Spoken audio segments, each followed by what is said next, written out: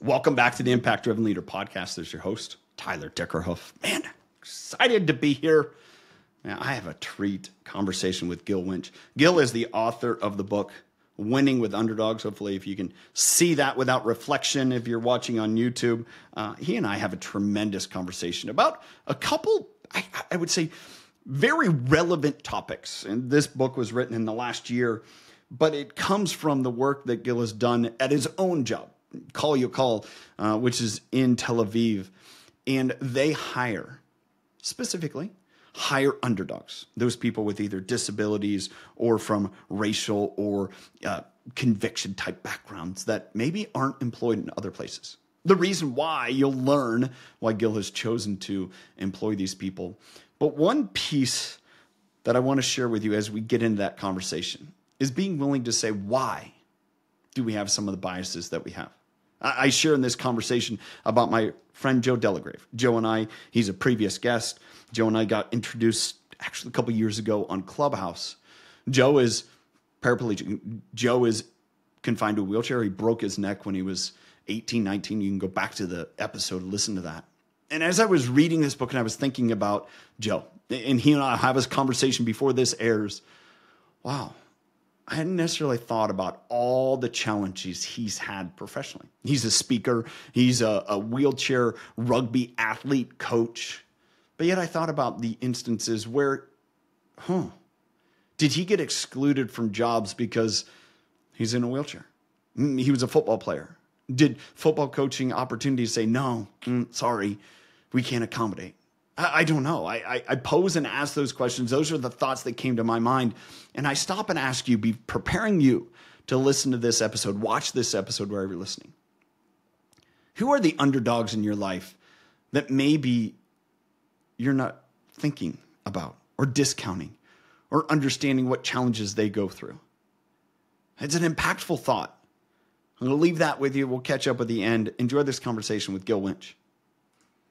Gil, thank you so much for joining me, man. I'm excited to have this conversation. One thing I want to share is I picked up there's a bit of humor in your book, and I'm hoping that we have that sprinkled in our conversation. I've enjoyed getting to know you just the last few moments, and I'm absolutely, I would say, blessed to have your book come across my desk, Winning with Underdogs, in order to have this conversation, because I think it is wildly relevant in our world today. And I'm, again, so thankful to be having this conversation with you.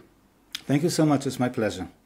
So for the audience, and maybe for those that obviously you're in Israel, that's where you're based, but yet you have so much context in the United States, whether it's through your family members or just the work you do. Would you kind of bring those listening in up to speed? Who are underdogs, and why is that such a special place in your heart? Okay, so there are two questions there. I'll start with the first. Yeah. I define underdogs or underdogs regarding the workplace as anybody who needs to try harder, if they're aware of it or not, in order to get to the same place as other people. And there's a variety of underdogs. Some of them are universal, insofar as people with disabilities are underdogs in every country on the planet. Ex-cons are underdogs in every country on the planet, and that's almost 10% of the American adult population. That's a huge group who are more than 5 times more unemployed than other people. People of color in America need to send in twice as many resumes just to get the same amount of interviews. The gender wage parity gap is still in around 30-something% worldwide. It's close to 20% in America. There are many underdogs in the workplace. Some are local. You'll have different ones in every country, and some are global, like the ones I mentioned. So those are underdogs. Most underdogs don't even know they're underdogs, don't even know they have to put in more effort, and some of them would get offended by being called underdogs, but they need to put in more effort. And some are painfully aware of it, unfortunately, because they're chronically unemployed. And everything I do is to try and change the world insofar as these unemployed, chronically unemployed populations. And the largest and the most hard hit, I think, are people with disabilities. About 1 billion people in the world, and I would guess 70% are out of a job, and there's no good reason for that. And I set out to try and fix it a while ago. So just lead the audience through why that became such a pivotal moment for you that you decided, I have to take action here. When I was 40, my wife said, go and have a checkup, because apparently when you're 40, you need to have a checkup. Yep. So I did, and I forgot about it. But my doctor did not, and he called me with a concerned undertone in his voice and said, you need to come in. And I said, yeah, I'll make it next week. He said, no, you need to come in right now, which is never a good thing to hear. And I came in right now, and he said, you have widespread cancer all over, and you'll do a biopsy, but I believe it's a kind of cancer we don't know how to deal with currently. So you should be thinking fast and hard what you want to do with the rest of your life. And to put it briefly, at some point I decided I don't want to figure out what to do with the rest of my life. I just want to have a really, really long life. And in modern medicine, there's always going to be the first person who lives with this uncurable cancer, and I want that slot. And in order to get it, I decided upon two things. I decided I'll bring my body to the best condition I can, so I'll be able to handle whatever cancer throws at me. And the second thing I'll do, even though I was born sort of happy and optimistic, I'll look for a nice, really long-term social agenda I can sink my teeth into. And because we're just a regular family, it couldn't be something I had to give money to solve, because that's not long-term, and I just don't have enough to make any kind of an influence. It would have to be something that I could attack by doing. And 3 weeks after I was diagnosed, a friend who's paraplegic told me, the most unemployed population in the world are people with disabilities. And when he said it, I said, oh, right. When you hear it, it sounds, well, yeah, they have disabilities, so they're unemployed. But it sort of stuck with me. And when I went home, I looked into it a bit, and I found out a few things that I don't know why I needed to find them out, and they weren't found out before. The disabilities don't explain the huge amount of chronic unemployment that people with disabilities suffer from. Because 80% of people, for instance, who are legally blind have enough sight left to function on a computer. Why are most of them out of a job? People in a wheelchair, they just save the employer a chair. Why are they out of a job? By and large, nearly all of them. People with emotional disabilities, 3/4 of them are compliant with their medication. Why are they all out of a job? It didn't seem that the disabilities had anything to do with the global unemployment of that population. And I figured, wait a minute, I don't know how to solve disabilities, but if it's not the disabilities, it means one thing. It's solvable. And there's a mystery there. And the mystery sucked me up. Can I tell you why there's a mystery there? Because, it's about 15% of the world. And that means that about 15% of CEOs of powerful companies probably have a kid who's disabled.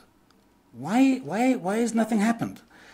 1 in 6 ministers of welfare will have a kid or a parent or a spouse who's disabled. Why has this not been addressed so far? Everybody gets to win from it. I mean, economically, it's great for everybody. Socially, it's great for everybody, for the people with disabilities and their families, which if you figure it's 15% of the world, with the families, you're bringing that number up to 25, 30% of the world. It seems like a huge problem, solvable, and yet when you look around and you try to figure out who's tried to solve it, pretty much no one. There are the same attempts being done everywhere. People are preparing people who are chronically unemployed to successfully join the job market. It only works on a certain amount of those people, and the rest just stick at home, rot in their homes. Mm-hmm. So I realized that I can't figure out how it's not been solved. And I also realized that we've taken, as a global society, and each country's done that, we've taken our weakest link, at least medically, and we've imposed upon them 2 unnecessary, horrific hardships.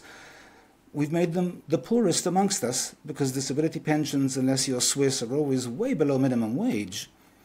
and totally isolated them. So the social isolation is probably even worse than the disability and the poverty. So I realized then, if I'm looking for something long-term to sink my teeth in, this has to be it. And that's what got me sort of suck up, and I stopped everything I was doing, and I started doing that. So one thing that description and how you started your book, Winning with Underdogs, is how, when we choose to include in our world, we're actually being quite exclusive. And you go into that, and I've seen that as I've talked with others, see that firsthand that, we want to bring in people with diverse backgrounds, whether it's, as you brought up, either it's race, it's religion, it is, ability factor, however we gauge that. We say, we need to increase that metric. But yet, usually by doing that, we start to exclude certain people within that same mix. And so I'd love for you to kind of share your view on that. And then as well, let's get into how do we solve this? Because this is the magic, and I'm going to clue the listener in, and I shared this with you before. Here's what I see magical about this. If we do it for one, we do it for all, and it helps everyone. So Again, let's go back to that conversation about the exclusion in trying to include that actually creates a bigger problem. Well, there's something straightforward about it, and there's something a bit more complex about it. Yeah. The straightforward part is, basically, corporations have a bouncer at the door. And the fact that you have a bouncer at the door, and now you're telling the bouncer, you know what, you see that population, you could let in a trickle of them, only them, leave the others aside, but you still have a bouncer at the door. So if you're telling your bouncer there's a few other people you can let in, you are still practicing practical non-inclusion. And because you have a bouncer at the door, and the only thing you should actually do is get rid of the bouncer. Yeah. And it really intrigued me how large global companies manage to be non-inclusive, because you need some kind of understanding, widespread understanding, to get everybody on the same page. Otherwise, some HR person who never heard of "we're not hiring those people" might hire them by mistake. And they don't. So how does that tacit information spread throughout a company? That also, I'm an organizational psychologist by trade. It interested me how that actually happens. And it happens in the most smallest of cues and hints and nods. When you hire the right person or the wrong person, or you take a chance with a person, small terminologies can make that a country or a global phenomenon, and it is for some sort of reason, and it's always based upon bias. Yeah. As I think about that, and I think through experiences and conversations I have with people, is, we create the most diverse communities. Again, that's organizations, that's our friends, when we seek common values instead of general makeup. Instead of, saying that I am someone, it's like, hey, I'm only going to surround myself with bald people. Well, then I'm going to leave out a lot of the world. Now, if I look around my friends, maybe a fair number of them are bald. Well, some of them may be because they hair that doesn't grow like me, or they said, that's an easier way to just manage your hair. Fine. But if I start saying I'm only going to connect or interact with people that look the same and feel the same as me without any values, I'm going to find myself probably very torn, because I'm going to surround myself with values, quite honestly, that maybe I don't uphold.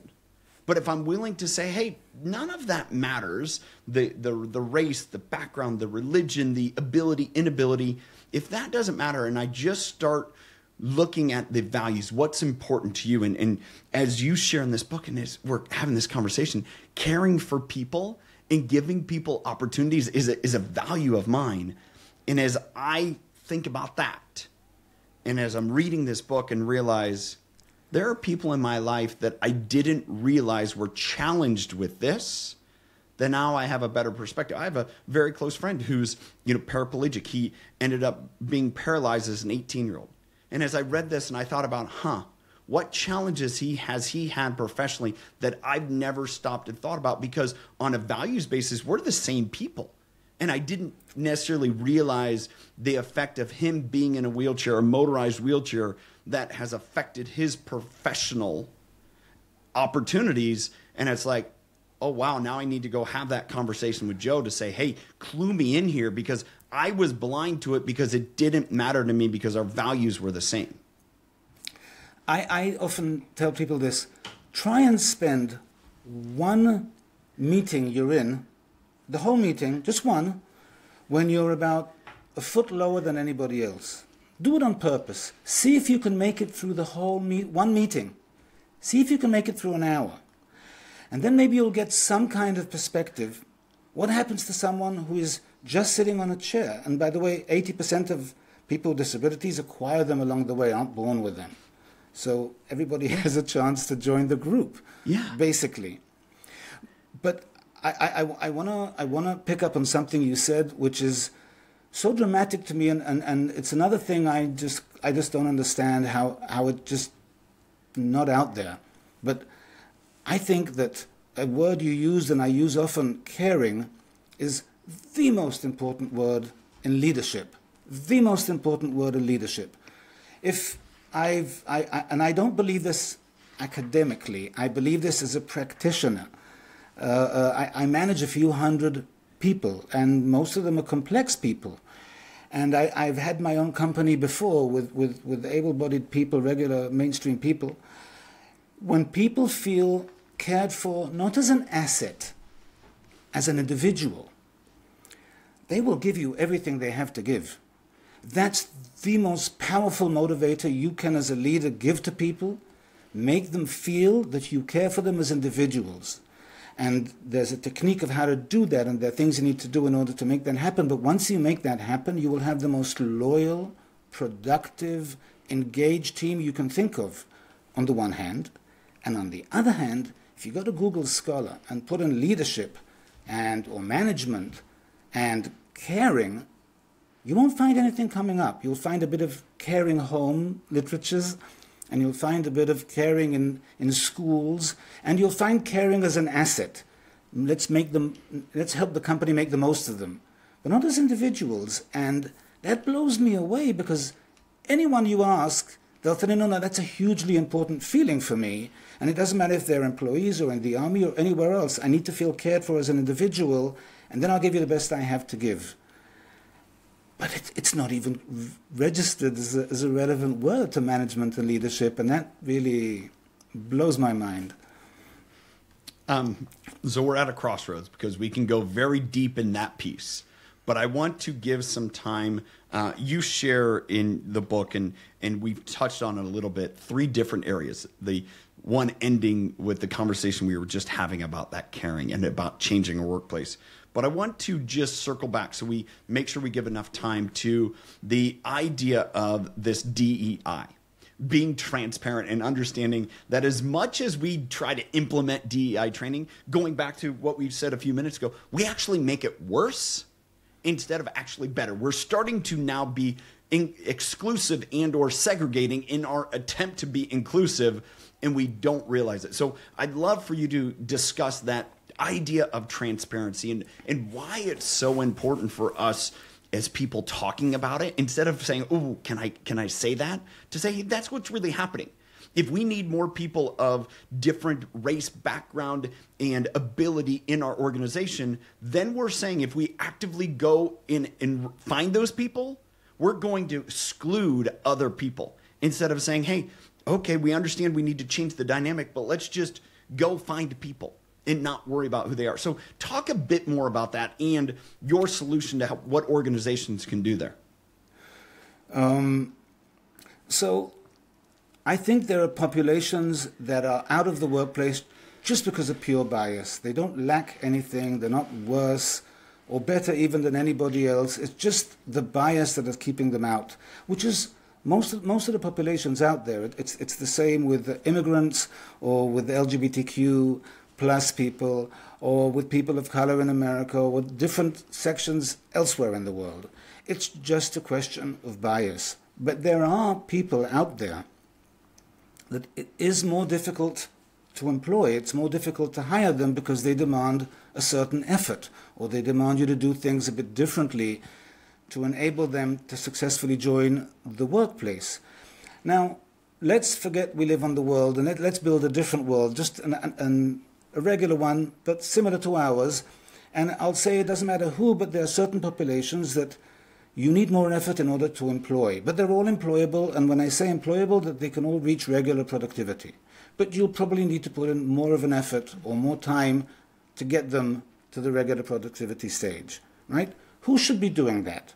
Well, you can say government, but government doesn't see itself as an employer, even though they are. I think the large businesses should. The more powerful and larger the business, the more, like when Spider-Man says, the more power you have, the more responsibility you have. So you need to use that responsibility wisely. And what's happening, for instance, with disability inclusion is everybody's busy trying to see if they have enough disabled folk working for them so they can go, no, we're good. Thank goodness we don't have to do anything. I think that's a bit silly. Yeah. I think it's all about getting people out of their houses. The chronically unemployed, that's what diversity should actually be about, not counting and hoping that you have enough people from various populations so you don't have to do anything differently. And even if it's a trickle, even if large companies did it in a trickle, a few people every year or every month that are chronically unemployed, the world would be a better place. But people are going about it differently. They're saying, you know what, I'm willing to have someone with a disability man that position. And I say, that's so nice of you. That's really lovely and charming of you. As you're earning all that money and they're sitting at home, it's so nice of you to consider them. I don't think that's the job of large businesses. I think large businesses have a responsibility to the communities they operate out of. And that responsibility is not to leave it to the mom and pop shops who don't have the finances, power, or resources to actually do this. That's the job of large businesses. And what ticked me off researching the book, and I did an awful lot of research, is I found out that everybody is cheating. Either they're not reporting, or they're just downright cheating on the reports. Yeah. And it's amazing to see how, and I can give an example or two if you wish, but sure, that's going on. That for instance, people are getting a score of 100 out of 100 on their disability inclusion, going to this huge foundation, and you know it's about disability inclusion. So you'd say if a company with 100,000 employees gets 100. And 15% of the world are disabled, and they've got to have around 15,000 employees, let's call it 10, just to be friendly, disabled employees. But then you find out they have 3,000. But they got 100 from this huge, respectable NGO or foundation. And I was curious how, it's like going to a Michelin restaurant, and the food is shitty. And you say to yourself, how did they get the star? Who did they pay off? Yeah, I went, funnily enough, a few weeks ago, I went to my first time to a Michelin restaurant. Okay. But it was, we didn't want to spend too much, so we went to a place that used to have a star. Okay. They took it away, apparently. But when we were sitting there, we kept on going the whole evening, that's probably why they took it away. That's another reason they took it away. Yeah, so everybody's cheating on these reports. It's just if you give enough money to the foundation, they'll give you a high score. And they give you a high score if you sell your products well to people with disabilities. But that's not what it's all about. It's all about getting people into the workplace who are chronically unemployed. So people are cheating. And the funny thing is this. When you ask people, and there's so many surveys out there, 70, 80% of the world think diversity is really important. We're a huge majority, and if you think about it, underdogs are a huge majority. All the women who are underpaid, that's 50%. People with disabilities, another 15% or less if you want to take out the women. Ex-cons in America, nearly 10% of the population, horribly underemployed. I mean, if you look at it, the underdogs are the majority in the world, and yet we are constantly left out and neglected and disregarded and given all sorts of excuses why so many people can't join the workplace. And I find that to be like not the whole idea, not what diversity is really all about. Yeah. One thing, and I think this transitions well, and sometimes the best way, I think, to address exclusion is just be honest with what's going on. And when we try to like, oh, can I say that? It's like, no, we're not actively being open to people. You mentioned the biases. One thing that kind of transitions to the next solution you have, which I think is great, is reserved employment for opportunity deprived, for the opportunity deprived. And I think this is where I think about it. If I know that you have a specific strength, right? You have a talent, you have an ability that you can do, and maybe you have limitations, but I understand your strength, and I'm like, man, if I can put you in place on my team, and that's what you can do amazing, and I allow other people within the team to do other things that maybe they can do that maybe you're limited, you can't do, that's smart in my world. I like sports, whether it's basketball, football, soccer, whatever. When I look at those sports and I think, how do I put someone in a place they can succeed, where they help the team? Maybe other people could do it, but their limitations limit them in their success in other places, but they can excel in that one spot. To me, that's just smart. And when I look and think about that, you mentioned being wheelchair bound. Okay, I have a desk job that doesn't require a lot of movement. Why not be willing and saying, hey, we have this position. If there's someone that, we're looking for someone that we want to employ there because we know that's what they can do. While that's in some ways exclusive, it's really not when you understand I'm adhering to their individual ability or strength. To me, that just makes sense. It's so basic to me. For instance, people with cognitive disabilities who are a bit slower, right? Yeah. They're nearly all underemployed or unemployed completely, and usually they need a parent at home sticking at home with them and not working. Now, most of them can clean tables and wash dishes and do hotel rooms as well as anybody else. They'll probably not do it for 160 hours a month. They'll probably do it for less. But they can do it as well as.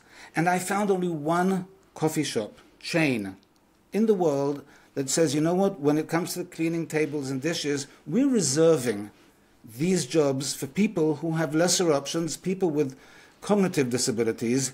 And there's only one chain there in the world doing that. But if everybody realized that's a great job, you can pay them a regular wage, you can get used to seeing them amongst us, they get to leave their homes, their parents get to have a normal life, why not we just, and you won't pay anything more than that, why aren't we doing that? So many companies have chat teams, and you have so many people with hearing disabilities out of a job. If we reserve just a few spots for chronically unemployed people with hearing difficulties, in those chat teams, instead of offering things that they can't really succeed at, and then you say, well, they've given them an opportunity, it's the wrong opportunity. If we just did that because we care about the people amongst us, it's our brothers and sisters and parents and siblings and kids, why don't we just do the right thing? We do it for parking. How can parking be more important than employment if we all got it when it comes to parking? Right? We serve a few of the best spots for people with limited options. Why can't we do this universally when it comes to employment? And I want to add on something which I didn't before and I think is employment. I don't think it's going to take long until companies become transparent, together with the AI and the movement towards more disclosure.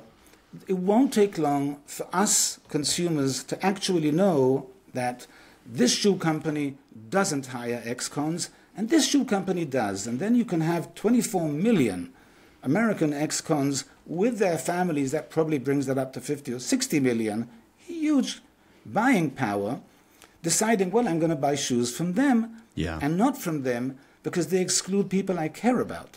Once the truth is out there, you'll have these diversity labels. I call it on every homepage. It'll be mandatory, just like food. 1990 was when food labels became mandatory. Now, what's interesting, 1 minute before that happened, every food company on the planet said, our main value is the health of our customers. However, we're not going to tell them what they're eating because it costs too much money. Even though we say that the main value is their health, you might have allergies, suck it up. You might want to lose weight or whatever. What can you do? It costs money to put things on every label. And then the law came out and everybody did it. And it's really, really helping us consume and eat more healthy and avoid all sorts of difficult things. When diversity becomes the same, hits the same track, and you're going to have on the homepage of every company, it's going to be mandatory, who really works for you? Did you have a gender wage parity audit lately? Are there any immigrants working for you? Then the world will be such a better place, because consumer power will bear down and cause all the companies that haven't really done anything to date, and most of them haven't, to actually scramble, because they'll be losing so many customers once the truth is out there. And the day is coming. I would recommend actually moving before that happens, and not trying to scramble when the shit hits the fan. Yeah. Well, one thing that I thought about this a moment ago, and you spurred a thought too, is when we choose to, what do I want to say, reserve or direct certain opportunities for people. And one of your last comments really brought this up to me again. We, instead of fighting the I'm too good for this job, I'm extremely grateful for this job. And when you employ people on a team, or you put people in a place that they can succeed and win, I believe this, and from my personal experience too, man, I'm excited about it. I am grateful, and I will actually contribute more at a higher level than if I'm thinking, man, I'm better than this. Why am I doing this? I shouldn't be here. I should be doing something better. Part of that goes to putting you in the role first. Now, there may be a situation, and hey, maybe this is the case.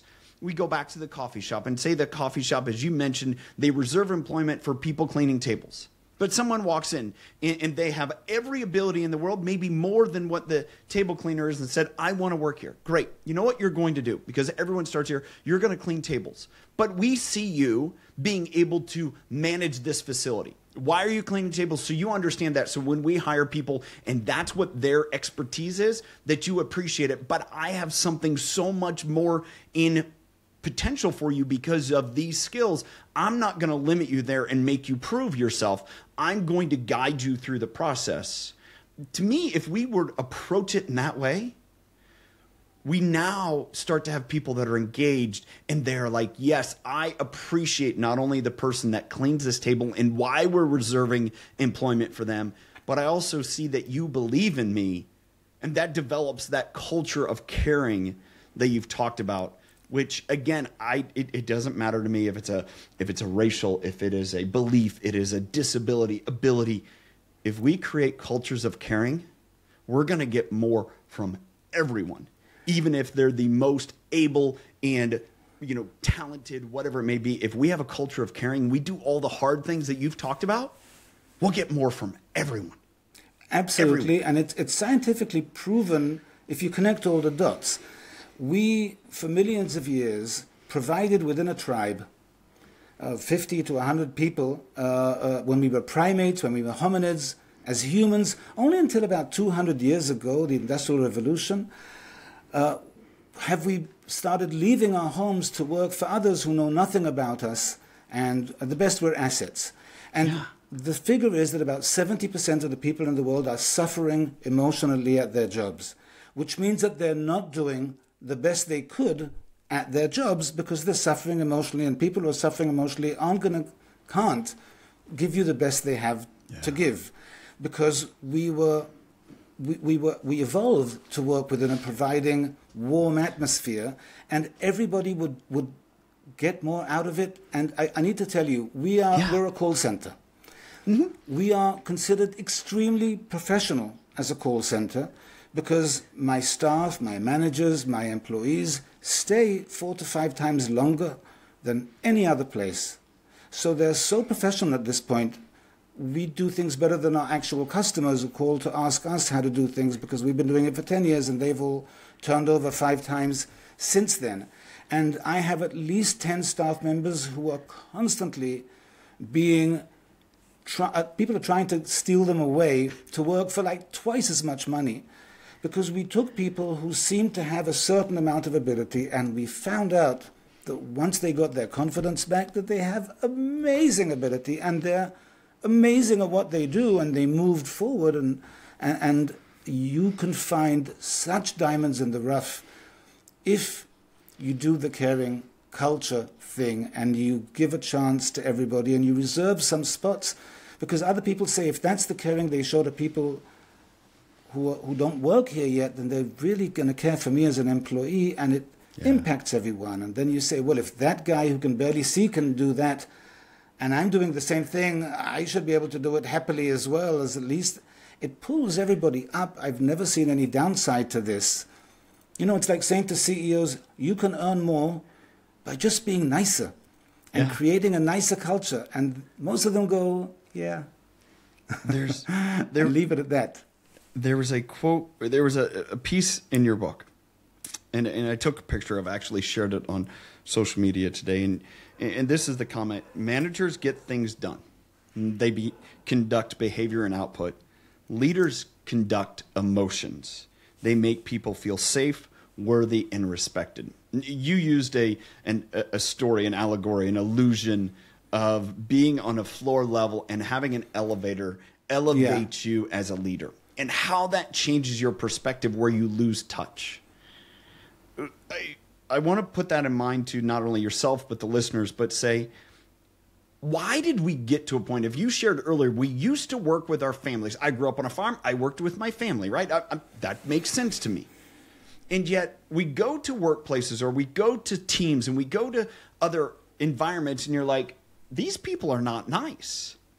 Is it that we then decide, oh, that's just the way it is, or that's the difference, what needs to happen in business, and my home was just the anomaly?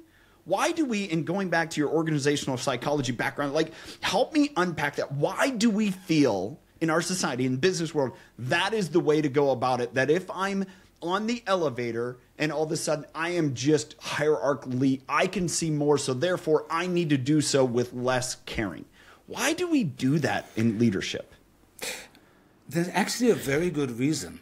Okay. Let's hear. I'm good. I'm excited now. Well, the higher up you go, the more you're faced, and the more often you're faced with decision-making that is good for the general population or for the company, but can be bad for certain individuals. And as a leader, a high-up leader, you are actually supposed to make the decision which will further the company, but not 100% of the people in it, maybe just 99% of the people in it, and 1% of the people in it will now become redundant. You need to make the right decision for your company. But I think most people view themselves as good people, and they don't want to look at themselves as cruel or uncaring. So we build emotional defenses so we can keep an idea of ourselves as good people, saying, well, you know, you've got to break some eggs to make the omelette. Don't take it personal. It's just business. There's so many sayings to help you put aside those pesky feelings of guilt or wrongdoing in order to do that. And now that's just natural. And the higher up you climb and the bigger the company, the more you're going to have to deal with that. And the second thing is, the higher up you climb, the more money you're making, and the more infighting becomes a thing. And if you don't know how to grow thick skin and, you know, put your feelings aside, don't even examine them at some point, just move ahead, plow ahead, climb that ladder, put everything aside, then when you actually need those feelings, you need that sensitivity, it's just not there anymore. Yeah. And You've lost that muscle. There anymore. You have so much research showing that people in power lose empathy. They can't empathize. They think that the groans of pain are groans of pleasure or excitement. They actually lose certain skills which are very important for us to function as humans, but it's so natural to get into that state when you're climbing the corporate ladder. So they do have a great excuse, but the thing that happens is the people at the top who should be making the culture decisions have lost the capability, nearly in all, circumstances, to actually make those decisions. They become blind. It's a blind spot. And the thing about a blind spot is not that you can't see, is that you're not aware of your blindness. Yeah. You're not aware of the fact that you can't see. You're sure that you can. That's what happens.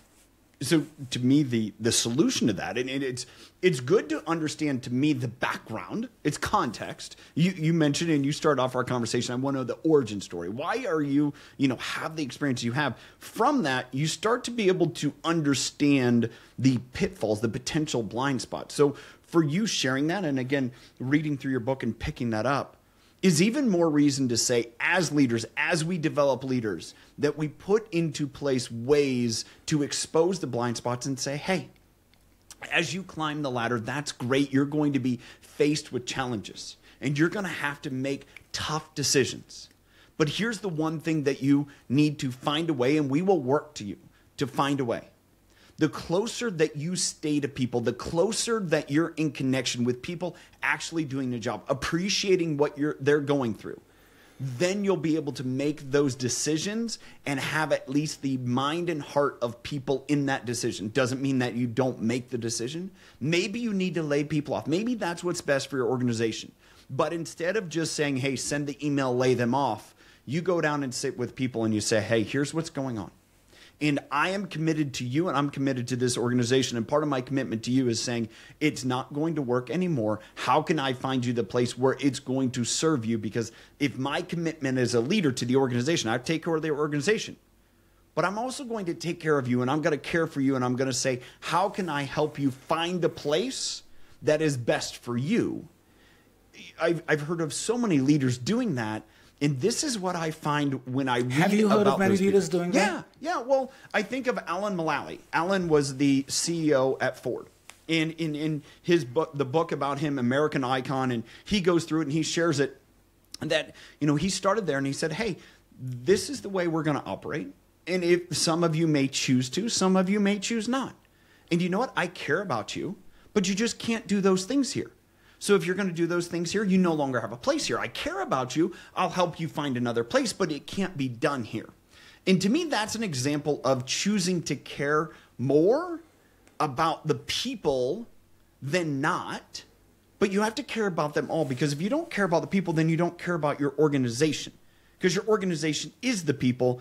But yeah, you have to be willing to have those hard conversations, but doing the hard work. And I think that comes back to, why don't people want to hire with either language barriers or, practice barriers, whether that be religion or just general whatever practices may be. Because if it's difficult, then I have to do hard work. And I'm doing this, leading, I'm hiring people, I'm bringing on team members because I want to do less hard work. And reality, understanding, if you do the hard work early, it gets better for everyone else. And part of caring about people is hard work, because you can't just send a terse email. You can't just off with me, I'm on to the next thing. You're like, oh, I have to invest my emotions, because that's what healthy people do. It's very true. In fact, I think people who get to that state when they can't see the individuals, and it's very difficult to be happy. It's very difficult to be happy that way.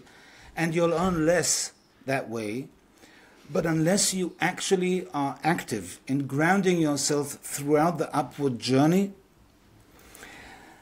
it's not going to work. But you need, and unless you're really someone extremely special who ends up running forward and writing a book. But most managers I know, senior managers I know of really large corporations, it's lip service. It's all about the people. Yeah. But you haven't had lunch with the people for the past 10 years. You've had coffee made for you, never made it for anyone for the past 20 years. You don't even remember who the people are. The people are your boardroom, and those aren't the people. So I'm so happy that you've met a lot of them. I haven't. Well, and I think here's the thing. I've met people, one, because the values, the work that I do here. But yet part of the work that you're doing and I'm doing is because there's not enough. At all. And they're the exception, not the norm, not the call centers that you're either hiring people or the companies you're serving for. You're dealing with day in and day out. It's like, just care for people and they'll do a lot better. It's not that hard. It really isn't. But yet it's a change, and or people think it's hard, often because of the point that you so brilliantly made. In so many organizations, to climb the corporate ladder, you need to absolutely put walls around yourself and eliminate any emotion at all. And yet, that makes you a very ineffective person, period. Leader, performer, it doesn't matter when we just completely devoid emotions. It is. So, where do you see the example of call Yachol? How do you see that as an example, not only for you to have this conversation, your call center, to have this conversation, but to say, man, it's not that hard. It's a lot of work, but yet it's not that hard when you see all the benefits coming back to you. So I'll tell you how I address it if I'm sitting in a room full of C-suite people. Yeah. And I want to try and change some hearts and minds. So I'll tell them two things. I'll say usually that, and this is true, I don't know if it's been researched, but I totally believe this to be true. Scared people will run faster. But scared people can't run for long. Happy people will run almost as fast, but they can run forever. And if you have a company of happy people, you'll have a much more profitable, and any range you want to look at, company than if you have a company of scared people. And what I do is I ask people to think back in their life, and maybe people who are listening can do that too now, at a time when they showed kindness and caring towards an individual that they didn't know that well, but they chose the moment to show kindness and caring. I don't care what age or where, it doesn't have to be at work. And when you have that in your mind, just one example, think about how that made you feel. And usually people say, this is what happened, made me feel, I saved a cat, made me feel amazing. And I say, well, you can feel like that every day while earning more money. All it takes is changing your culture. Yeah. Which sounds like a big thing, but if it starts from the top, it's not that big a thing. If it doesn't start from the top, I don't know how to make it work. But you can be richer and happier and be more just by being more caring, because everybody will be the better for it. And that's a journey that you need to go into, because that's how that's the environment we need in order to flourish. And you don't have enough people flourishing when everybody is doing the corporate cold culture, non-caring thing. Yeah. From that piece, scared people run fast. Happy people run longer. And I would Much throw longer. in even faster at times. They do, because the scared people, you put a sprint in and then you peter out. Yeah. But you need people doing the long-term Is that sprint really, could they have actually run faster if they really wanted to, instead of, I'm scared to? I think that's a great point to kind of wrap this up. There's one last thought I want to share with you, and love to get your take on it as we finish here. We talk about underdogs, and one thing that I know, our society champions underdogs. We really do in sports, and we champion them when we know their individual stories. And I think a real part of winning with underdogs is helping each of us know the stories of our underdogs. And I think that's something that you are doing. You are helping people understand the story of the underdogs out there, instead of saying, we don't really know about them, so we're going to go, cheer for the team that everyone else does, instead of cheering for the team that we understand their story more. I share about my friend Joe, and I have a better appreciation. Not that I don't appreciate him, I absolutely do, but it's like, I hadn't fully gone through the mindset of what it's been like in different roles or positions that he's had to, be in. Okay, now I understand his story more. I'm more of a champion now. The thing is that I am surrounded with so many people with such amazing stories. I mean, Netflix could have such a feast on some of the stories in the call center. 3 days ago, this woman walks in. She hasn't worked for us for 4 years, but she worked for us for 6 years previously. Okay. When she joined us, she was 27. She had spent the past 10 years institutionalized for anorexia and hurting herself. And it happened because she came from a religious family and she was raped. And instead of doing something with a rapist, they just kicked her out because she was soiled, sort of thing. And when she came to us, she was like, I don't know, didn't weigh practically anything. She would mumble. She couldn't stand any males next to her. She couldn't actually look you in the eye. She left 6 years ago, and she turned up in a good state.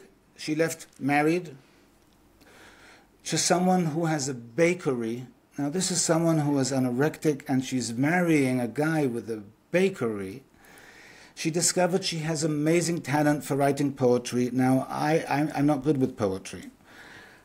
But even I can appreciate what she writes. She writes amazingly well, and she came in 3 days ago just to show us that she's now 39 weeks pregnant. Oh.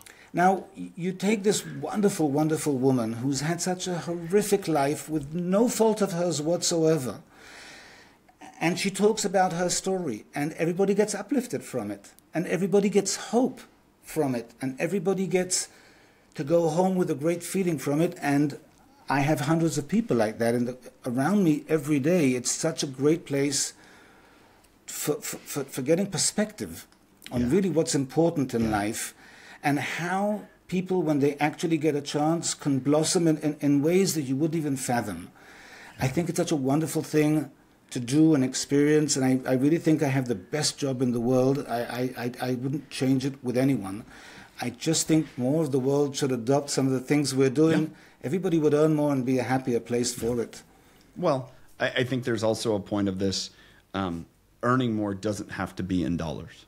Earning more is in the riches of that story and that impact. And but it doesn't even translate to dollars. That's the thing. It does. But sometimes when we pursue that, we miss sight of the real value of life. That when we actually tend to that, it does turn out to be riches in so many ways. Gil, thank you so much. Thank you so much for having me. This comment didn't come up in the conversation with Gil, but I want to share it here.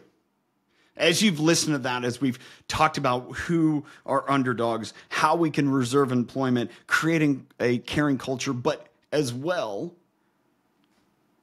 really looking at what is DEI in our world.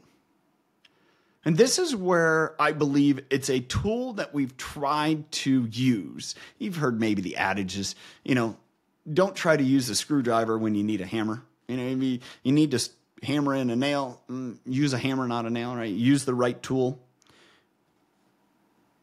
Gil shares this.